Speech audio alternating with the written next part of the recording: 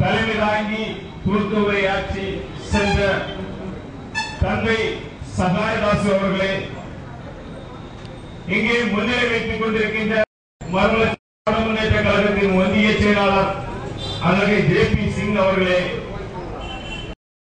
வரவேற்று அமர்ந்திருக்கும் வட்டார அறப்பணி பேரவை துணைத் தலைவர் வி. அகஸ்டின் அவர்களே,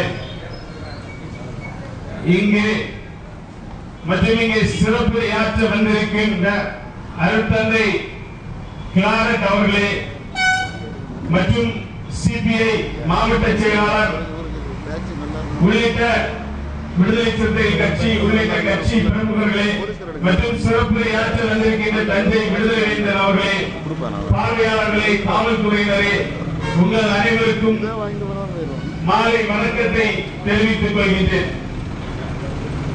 இந்த நாள் வரலாற்றில் ஒரு கருப்பு புள்ளியாக அமைந்த நாள்.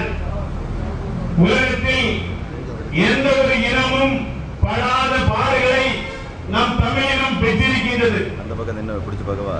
ஒரு 60 ஆண்டு கால போராட்டத்தில் 25 ஆண்டு கால அறவழி போராட்டத்தை கொடூர ராணுவத்தின் மூலமாகவும் தன்னுடைய சிங்கள இனவர்களின் மூலமாகவும் அடக்கி ஒடுக்கி இனி அறவழி போராட்டம் என்பதே செவிடன் காதில் ஊழிய சங்காக ஆகி போன ஈழத்திலே தந்தை செல்வா அவர்கள் இனி அடுத்த கட்ட போராட்டத்தை இளைஞர்கள் கையில் கொடுக்கிறேன் என்றார். அன்று இளைஞராக இருந்த தமிழகத்தின் மக்கள் இன்று உயிராக நேசிக்கின்ற தமிழகம் மட்டுமல்ல, உலக தமிழர்கள் அனைவரும் தமிழருக்கு பெருமை சேர்த்து வருகின்ற அண்ணன் பிரபாகரன் தலைமையில் ஒரு படை அமைத்து ஈழத்திலே என் தமிழ் பெண்களை ஈவு இரக்கமின்றி கற்பழித்த கயவர்களையும் என் தமிழ் மக்களை தமிழ் இறைச்சி விலைக்கு கொடுக்கப்படும் என்று கடைகளிலே விட்ட சிங்கள ராணுவ வீரர்களை அதே நாம் என்ன ஆயுதம் எடுக்க வேண்டும் என்பதை எதிரிதான் தீர்மானிக்கிறான் என்றார் மாவோ.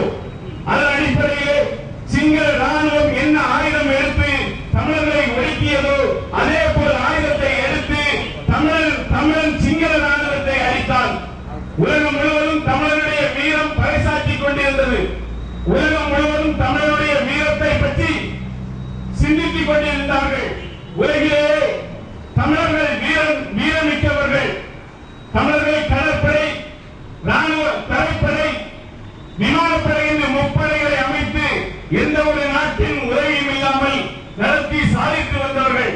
உலகில் இதுவரை எத்தனையோ விடுதலை போராட்டங்கள் நடந்திருக்கலாம், எத்தனையோ விடுதலை போராட்டங்களை வென்றிருக்கலாம், எத்தனையோ நாடுகள் விடுதலை போராட்டங்களின் மூலம் தன்னுடைய சுதந்திரத்தை பெற்றிருக்கலாம். ஆனால் எந்த நாட்டிற்கும் பின்னால் ஒரு மிகப்பெரிய வல்லரசு.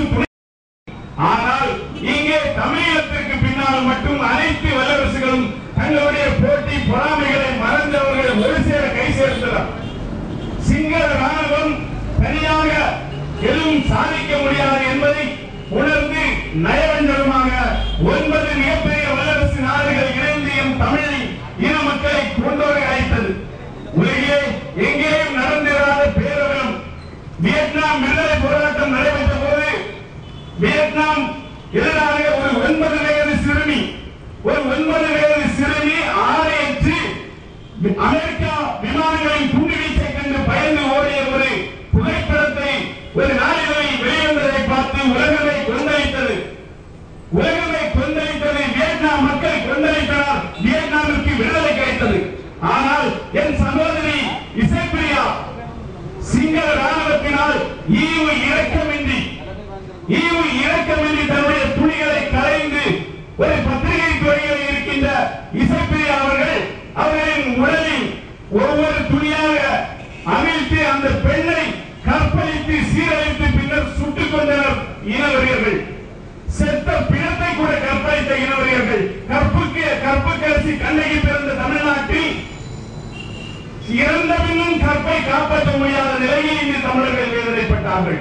முள்ளிவாய்க்கால் சம்பவத்தை நாம் நினைவு கூட கடமைப்பட்டுள்ளோம். இந்திய சர்வாதிகார அரசு அன்று இந்தியாவில் ஜனநாயகம் என்பது கெட்டு போயிருந்தது. இந்தியாவின் பாராளுமன்ற தலைமையிலான காங்கிரஸ் அரசின் வாக்குகள் என்ன அரசு வெற்றி முடிவுகள் அறிவிக்கப்பட்டவுடன் சோனியாவின் நண்பர் ராஜபக்சேவுக்கு சந்தோஷம் பீரிட்டுக் கொள்கிறது. இந்தியாவில் மீண்டும் நம்முடைய அரைக்கர்கள் கூட்டத்தின் ஆட்சி வரப்போகிறது. எனவே 500 சதுர மீட்டர் பரப்பளவில் பாதுகாப்பு வளையம் என்ற சர்வதேச அரங்கில் சுட்டிப்பு காட்டப்பட்ட இடத்தில் சுமார் 70,000 தமிழர்கள் இருந்தார்கள். பாதுகாப்பு வளையத்தில் ஒரு அரசு துண்டு போடக்கூடாது. ஆனால் அதையும் தாண்டி 500 சதுர மீட்டரில் 70,000 மக்கள் சுருக்கப்பட்டார்கள். அந்த 70,000 மக்களில் 2 நாட்களில் உலகத்திலே தடை செய்யப்பட்ட கொத்துக்குண்டுகளை வீசி 70,000 மக்களை கொன்றளித்தார்கள். இன்று உலகம் முழுவதும் எம் தமிழ் மக்கள் 3 லட்சம் தமிழர்கள் செத்தமின்னதால் இன்று உலக அரங்கில் சர்வதேச அரங்கில் தமிழர்கள் மீதான ஒரு இரக்கம் தோன்றியிருக்கின்றது. இன்று சர்வதேச விசாரணை நடத்த வேண்டிய அளவிற்கு இன்று ஐக்கிய நாடுகள் சபையாக இருந்தாலும் சரி, சர்வதேச மன்னிப்பு சபையாக இருந்தாலும் சரி, சர்வதேச மனித உரிமை கவுன்சில்களையும் தீர்மானங்கள் நிறைவேற்றும் சூழ்நிலைக்கு தரப்பட்டுள்ளது. இந்த நிலையில் நம்முடைய லட்சியம் எதுவாக இருக்க வேண்டும்? உலகத்தில் நடந்த பேரவலம் உலகத்திலே போல எந்த விதமான பேரவலமும் எந்த ஒரு இனத்திற்கும் நடந்தே கிடையாது. ஆனால் வாய்மொழி மௌனியாரிடம் தமிழினம் இருக்கின்றது. காரணம் என்ன? சீரளமாக நாம் இருக்கின்றோம். இன்று அவனுக்கு நடந்தது என்றால் நாளை நமக்கு நடக்கும். எங்கோ ஒரு மூலையில் உன் மனம் குறைத்தால் நீயும் தோழனை என்றால் செய்துவிடலாம். ஆனால் நமக்கு எங்கே குறைக்கிறது?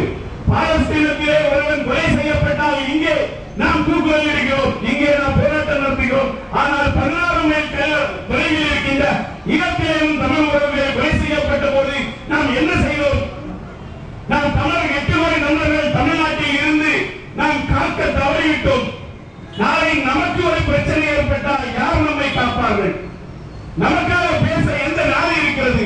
இது தமிழருக்கு தமிழ் இல்லாத நாடுகள் இல்லை, தமிழ் மாறாத நாடுகள் இல்லை. ஆனால் தமிழருக்கு என்று ஒரு நாடு இல்லை. தமிழுக்கு ஒரு நாடு இருந்திருந்தால் முல்லைப்பெரியாறு பிரச்சனை வந்திருக்காது. சர்வதேச அரங்கில் முல்லைப்பெரியாறு பிரச்சனை பேசப்பட்டிருக்கும். ஆனால் அந்த நிலைமை இல்லை. தமிழகம் தனி நாடாக வர வேண்டிய சூழ்நிலை இருந்தது. ஆனால் அதை தன்னுடைய திட்டமிட்டு இந்திய அரசும் இலங்கை அரசுமாக திட்டமிட்டு தமிழக நாட்டை சிதைத்தது. 25 ஆண்டுகள் தேசிய தலைவர் பிரபாகரன் தலைமையில் ஒரு தனி அரசு ஈழநாடு நடைபெற்றுக் கொண்டிருந்தது. காவல்துறை, நிர்வாகம், நீதித்துறை அனைத்து துறைகளையும் விடுதலை புலிகள் கட்டமைத்தார்கள். இன்று தமிழர்கள் வேதனைப்படுகிறார்கள். விடுதலை புலிகள் இல்லையே, எங்களுக்கு காவல் யார் என்று வேதனைப்படுகிறார்கள். நான் வெளிநாட்டில் வேலை பார்த்த ஒரே காரணத்தினால் தான் சொல்கிறேன். இங்கு பலர் சொல்வார்கள் விடுதலை புலிகள் தோற்கடிக்கப்பட்டார்கள், நமக்கு என்ன என்று. ஆனால் மாலத்தீவை வேலை பார்க்கும் போது மாலத்தீவில் வசிப்பவர்கள் நம்மை பார்த்து கேட்கின்ற கேள்வி விடுதலை புலிகள் தோற்றார்கள் என்பதல்ல, தமிழனை தோற்கடித்து விட்டார்கள் என்பதுதான். நமக்கு இங்கே நாம் விடுதலை புலிகள் என்று நினைப்போம். ஆனால் உலக அரங்கில் தமிழன் தோற்கடிக்கப்பட்டான் என்றுதான் பேசுகிறார்கள். நீ தமிழன் அல்லவா? நான் தமிழன் அல்லவா? எங்கே ஒரு தமிழன் தோற்கடிக்கப்பட்டால் அது உன்னையும் சேர்த்து தோற்கடிக்கப்பட்டதுக்கு சமம். அந்த உணர்வு நமக்குள் வர வேண்டும். இந்த இளைஞர்கள் இந்த இணையதளங்கள் மூலமாக இன்று பல்வேறு கருத்துக்களை தெரிந்து கொண்டிருக்கிறார்கள். இணையதளம் என்பது யாரும் தடுக்க முடியாத ஒரு மிகப்பெரிய ஊடகம். தமிழ்நாட்டிலும் சரி இருந்தாலும் சரி, இந்தியாவில் இருந்தாலும் சரி, அந்தந்த கட்சிகளுக்கு ஊடகங்கள் அவர்களுக்கு என்ன செய்தி வேண்டுமோ அந்த செய்தியை மட்டுமே வெளியிடுவார்கள். ஆனால் இணையதளம் என்பது அப்படி அல்ல, ஒரு பரந்த ஊடகம். யாரை வேண்டுமானாலும் எளிதில் எந்த செய்தியும் சென்று சேரும். அதில் 70% இளைஞர்கள் தப்பான காரியத்துக்கு இல்லாமல் ஆக்கப்பூர்வமான உணர்வுபூர்வமான காரியங்களுக்காக பயன்படுத்துகிறார்கள். இன்று வளர்ந்த பெரியவர்களை விட இந்த இளைஞர்கள் பலர் இன்று ஈழம் தமிழ் உணர்வு போன்ற விஷயங்களை இன்று தெளிவாக இருப்பதற்கு காரணம் இணையதளம். இந்த இணையதளத்தின் வாயிலாக இந்த போராட்டங்கள் மீண்டும் ஒருங்கிணைக்கப்படும். தமிழீழம் என்பது நமக்கு முடிந்து போவதல்ல. தமிழர்களின் தாகம், தமிழர்களின் லட்சியம் தமிழீழம் தான். இந்த தமிழீழத்தை நாம் வெல்லும் வரை நம்முடைய போராட்டம் ஓய போவதில்லை. தமிழரின் தாகம், தமிழீழ தாயகம்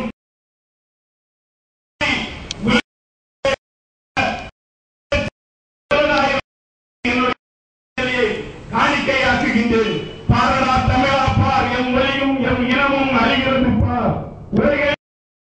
உரிமைகள் கையிலே தூக்கியது. பூமி கத்தும் காற்றும் மட்டும் கடலும் உனை கண்டு விலகி செல்லட்டும். நீர் என்ன நிலம் என்ன நிலாத முகில் என்ன உனை கண்டு கனிகலங்க களமுனைக்கு விரைந்து வா. தடுக்கின்ற தடையெல்லாம் தமிழ்படி ஆக்கிற தம்பியார் தோள்களையும் தட்டி வா. தமிழீழம் காண்போம். நன்றி.